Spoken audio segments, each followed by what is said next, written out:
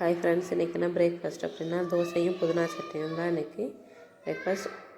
Lunch பாக்ஸுக்கு நெல்லிக்காய் சாதம், லஞ்சுக்கு அவருக்கு நெல்லிக்காய் குட்டி நெல்லிக்காயெல்லாம் நிறையா இருந்தது, ஃப்ரெண்ட்ஸ் கொடுத்தாங்க. அதோட கொஞ்சம் 2 பெரிய நெல்லிக்காய் மட்டும் சேர்த்து இந்த புளிப்பு டேஸ்ட்டுக்காக, எலுமிச்சம்பழம் எதுவும் சேர்க்கலை, புளிப்பு டேஸ்ட்டுக்காக நெல்லிக்காய் தான் கொஞ்சம் எக்ஸ்ட்ரா சேர்த்துருக்கேன். அதோடு சேர்த்து போட்டாச்சு. நெல்லிக்காய் சாதம் பொரியல் பண்ணிட்டேன். பொரியல் கூட்டு என்ன சொல்கிறது தெரியல. சிவப்பு சும்மா மசாலா போட்டு மட்டும் வதக்கியிருக்கேன். அதான் இன்றைக்கி லஞ்ச் பாக்ஸுக்கு ப்ரிப்பேர் பண்ணி வச்சோம். ஸ்நாக்ஸுக்கு ஒரு என்ன சொல்கிறது, தேங்காய் பர்ஃபின்னு சொல்லுவாங்க இது. அதில் கொஞ்சம் சீவல் போட்டாச்சு. அவ்வளோதாங்க இன்றைக்கி.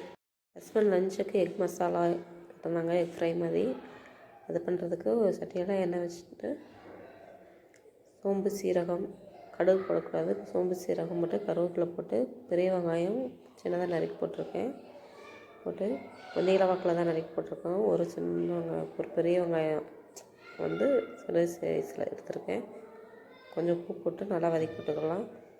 அரை தக்காளி தான் போட்டிருக்கேன், ஏன்னா 2 முட்டை தான் போட போகிறேன், அதனால் அரை தக்காளி தான் போட்டிருக்கேன். அதையும் நல்லா வதக்கி விட்டுருக்கோம். நல்லா பிள்ளைங்க வதக்கி விட்டுக்கணும். கொஞ்சமாக மஞ்சள் போட்டுக்கலாம்.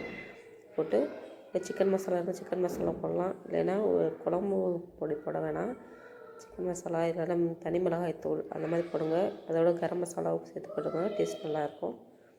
போட்டு நல்லா வதக்கி விட்டுக்கலாம். அதுக்கப்புறம் முட்டையை சும்மா லைட்டாக கட் பண்ணி வச்சுருக்கேன், அதையும் சேர்த்து போட்டு நல்லா சுருளை வதக்கிக்கிறணும்.